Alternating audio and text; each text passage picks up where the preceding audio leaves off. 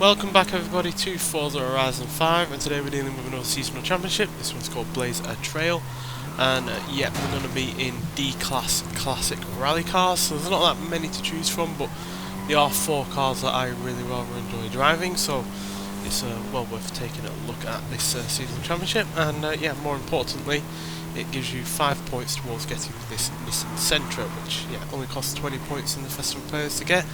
And even though it's far from my favourite Nissan car, and certainly not even my favourite Nismo effort, it's still a really rather solid compact saloon car, so yeah, well worth getting. And yeah, at the end of the day you get to do some fun races in some classic rally cars, so yeah, we're nearly there. This is starting up right near where the, I think it's actually the Extreme Off-Road Silly Build course, so yeah, we'll have a familiar race to start with, but then turn sharp left. Whichever ones we've got to deal with after that, we're not likely to have been on much, quite frankly, so yeah, let's get there and see turn sharp left. what we're going to be racing in. Now obviously this is not a rally car in its own right, so we're definitely going to be in something a bit different your destination. when we are racing, but yeah, I still like this car enough, even if, yeah, it's definitely something that could have been a lot better given You have arrived at your destination. briefed its wisdom and expertise on it. But yeah, let's see where we're going to be racing and what we're going to be racing in. So yeah, only a 3-race seasonal championship this one, unlike last time. But yeah, we got a couple of Ford Escorts to choose from: the RS 1800 from 1977 and then the RS 1600 from 1973. As you can see, there's not massive amount of difference between them. Obviously the older car is lighter, but it only has, yeah, it's got 2 horsepower less and 16 pounds-feet of torque less as well. But I think that, yeah, the fact it weighs less is ultimately what helps it be a little bit quicker in terms of acceleration. Braking is also better on the lighter car because it's lighter, but yeah, launch and handling is better on the newer one. And then we got the Mini Cooper S. Yes, this was actually a rally car back in its day, despite having very little in the way of power and torque, but again, very little in the way of weight, and yeah, a decent car all around. And then finally, the Renault 8 Gordini, which is my favourite car of these 4, purely because, yeah, it doesn't weigh much, got a decent amount of power, and it's huge fun to drive, and it's one of those rare cars that isn't a Porsche, that is rear engine and rear wheel drive. So yeah, we're going to start off, I think, with the original, well, I don't know if it's the original, but the Escort RS 1600 from 73. It's my favourite of the 2, and yeah, so let's see what it can do. Now there have been some updates in what's coming in the next overall series, which is a little bit disappointing, to be honest. Yes, they are, you know, celebrating the 10th anniversary of the Forza Horizon series, which is all well and good, but yeah, they're only bringing cars to the game that we've had before, and nothing new. So yeah, which is a bit of a shame. Would have liked some new vehicles to be added to the game, or at least, you know, cars from the previous Forza Horizon games that we've only had them once. But yeah, we're having the likes of the Eagle Speedster, which we've had before plenty of times. The Koenigsegg Agera, which again we've had plenty of times. Ferrari, I think it's the 599XX, again we've had that loads of times as well. So yeah, unfortunately we're not having any you know, probably rare cars in terms of the series overall. Oh, we're also having the Aston Martin 177 again, a car that we've had before. We had that in the previous game, in fact. So yeah, it's a little bit of underwhelming series, to be honest. Hopefully we can at least have some fun with those cars, even if we're not going to be reviewing any of them, because I've reviewed them before, especially with the Aston Martin and the Eagle. So don't have much to review next month, but hopefully, like I said, we'll have plenty of fun with them in other aspects. Be interested to see what the Eagle and the Aston Martin can do, maybe on how fast will it go. Hell, even on this series, sort of the Extreme Off-Road Silly Build series, interested to see what we can do on those as well. Yeah, this Escort is still doing as well now. Got some 3rd place, got another Escort in front, and the Renault 8 Gordini, which is the one behind us as well.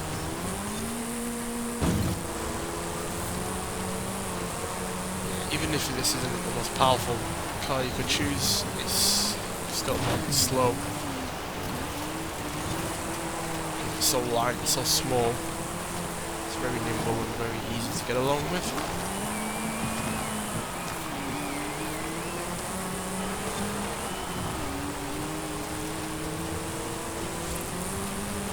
Come on, pick up the pace.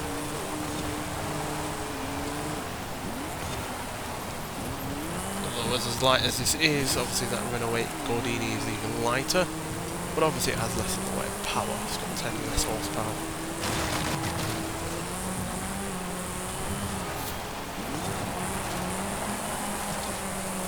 Even though that Renault doesn't have all that much in the way of power, it doesn't feel like a car that's lacking in power at all. It's easily one of those cars that, yeah, once you get the momentum, it just feels like it's way quicker than it actually is.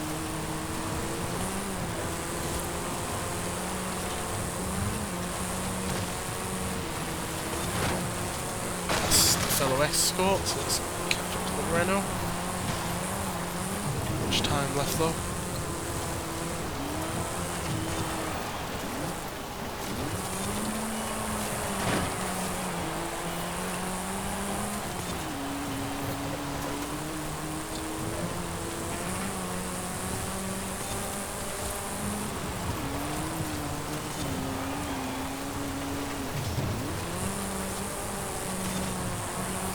Corsa where we can use the power advantage that we have with this car, unfortunately. So it's all going to come down to handling and balance and lack of weight. And I think, you know, this and the Renault are so even in that regard that catching up is going to be difficult. Not impossible. Difficult. See, with us being a little bit heavier, we're going to need the bumps and jumps better. Shouldn't get thrown around as easily, but so that extra weight is hindering our performance.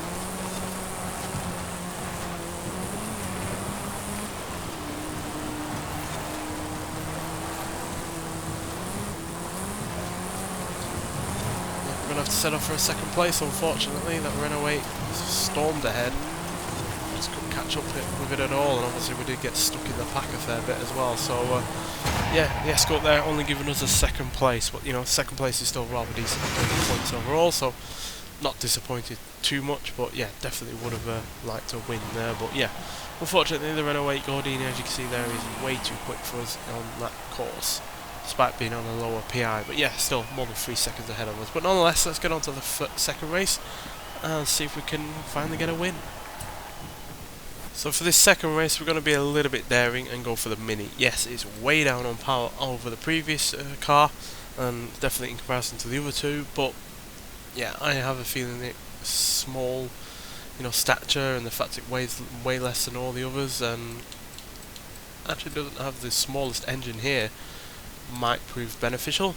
Yeah, the handling and the acceleration and everything are all off, but I feel it weighs so little that it's not really going to matter. So yeah, it's probably going to be an only mini race though, given the PI rating of this, so yeah, should be an interesting one-make race in this regard. And then we'll save the best to last for this championship and get in that Renault 8 Gordini, which, yeah, like I said, is easily my favourite of the choices that we have here. Right, so let's see what happens. Bone stock Mini against one that isn't. I can see that it's got, you know, off-road tyres.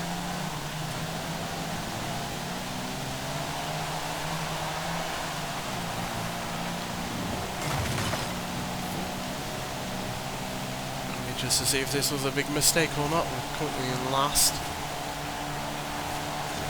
Plenty of time to make that up. We're already gaining on what is 11th.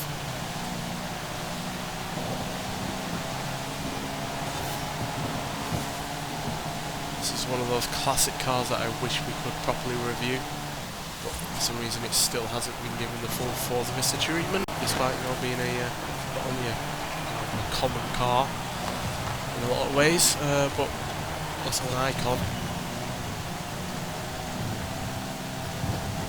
Plenty of 60s cars like this that just haven't had that treatment yet. So thinking of the likes of the Lamborghini Miura or the Ferrari Daytona and Corvettes from the time. Would be nice to have them, especially the likes of the Stingray.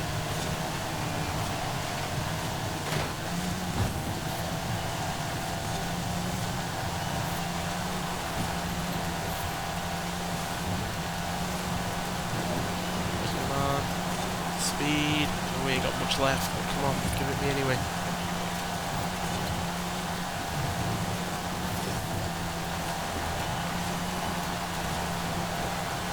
Bouncing off the rev limiter all the way around here.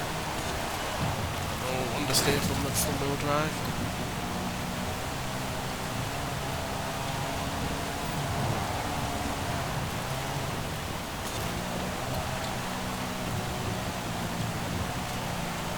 This is probably a mistake.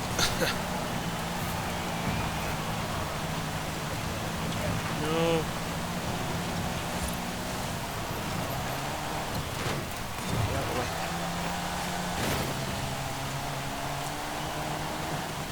Mistakes were made by having this. Yeah, this is too much of a hilly circuit, really. Yeah, obviously it works fine going down the hill, but less so going up them.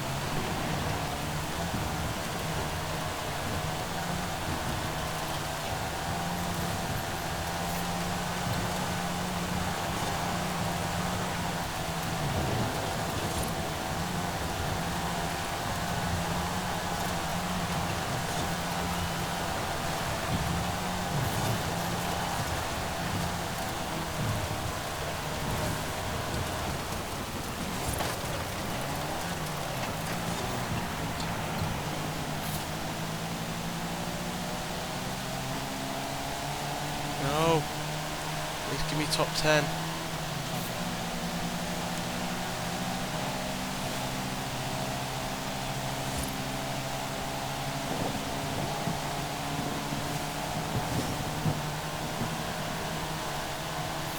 Oh, well, this is a big fail. Yeah. One mate races in something as underpowered as that are a little bit tough to, properly get a handle on. So yeah, 10th place there, unfortunately. So that's going to drop us way down the leaderboard.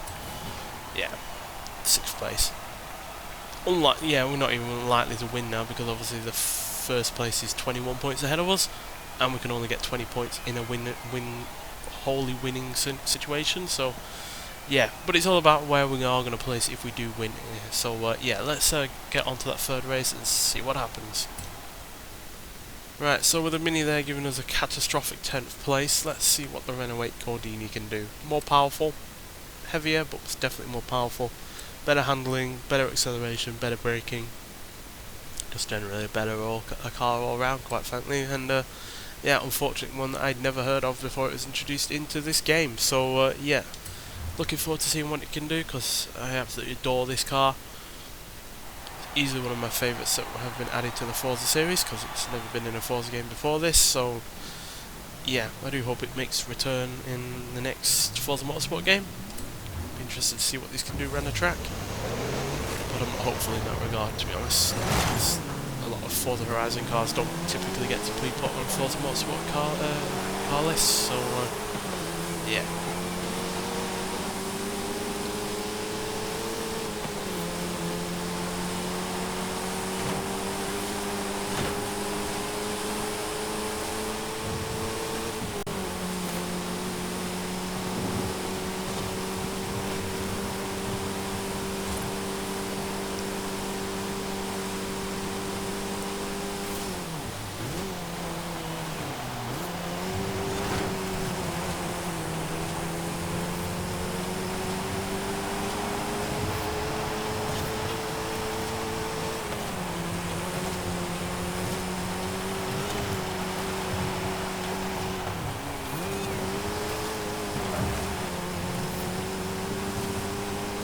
Such a fun car to drive, this thing.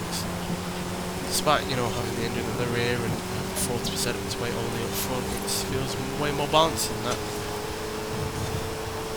I guess it helps that the engine at the rear isn't a particularly large engine, so yeah, it doesn't feel as weighty as it actually is.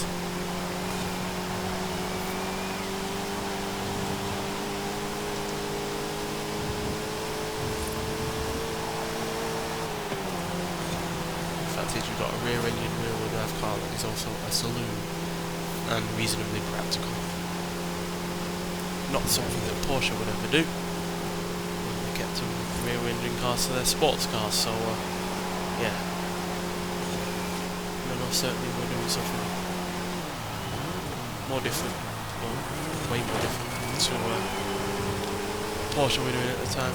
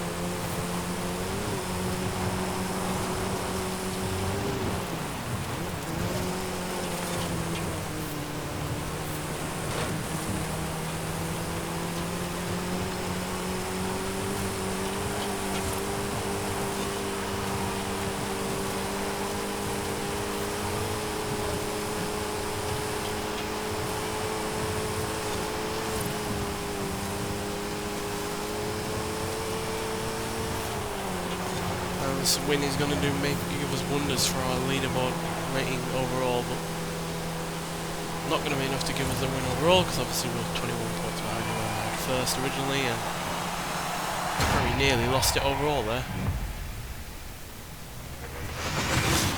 But still, we should get into the top 3, surely, at least, maybe. Yeah, second place, as you can see, only 3 points behind first place, purely because of that 10th place fail there. If we would have got into like 6th or 7th, we would have gotten this championship, but unfortunately that Mini let us down. But obviously I'm not the best driver either when it comes to, you know, single make races or anything like that. This is always a bit more of a chance with me when I'm in a car that other people aren't, or other people are in different cars to me, so yeah, but still, there we go. Should give us the 5 points towards the season overall, but I don't really need it either way because I've already got the Sentra. But doing this championship will give you 5 points towards getting that car, and obviously 5 points towards the series overall if you still haven't gotten the... oh, what was it in the... oh, the Audi e-tron, if you still haven't gotten that in the overall series, which is 80 points to get that. So, yeah, but nonetheless, thanks for watching, and I'll see you in the next one. Bye.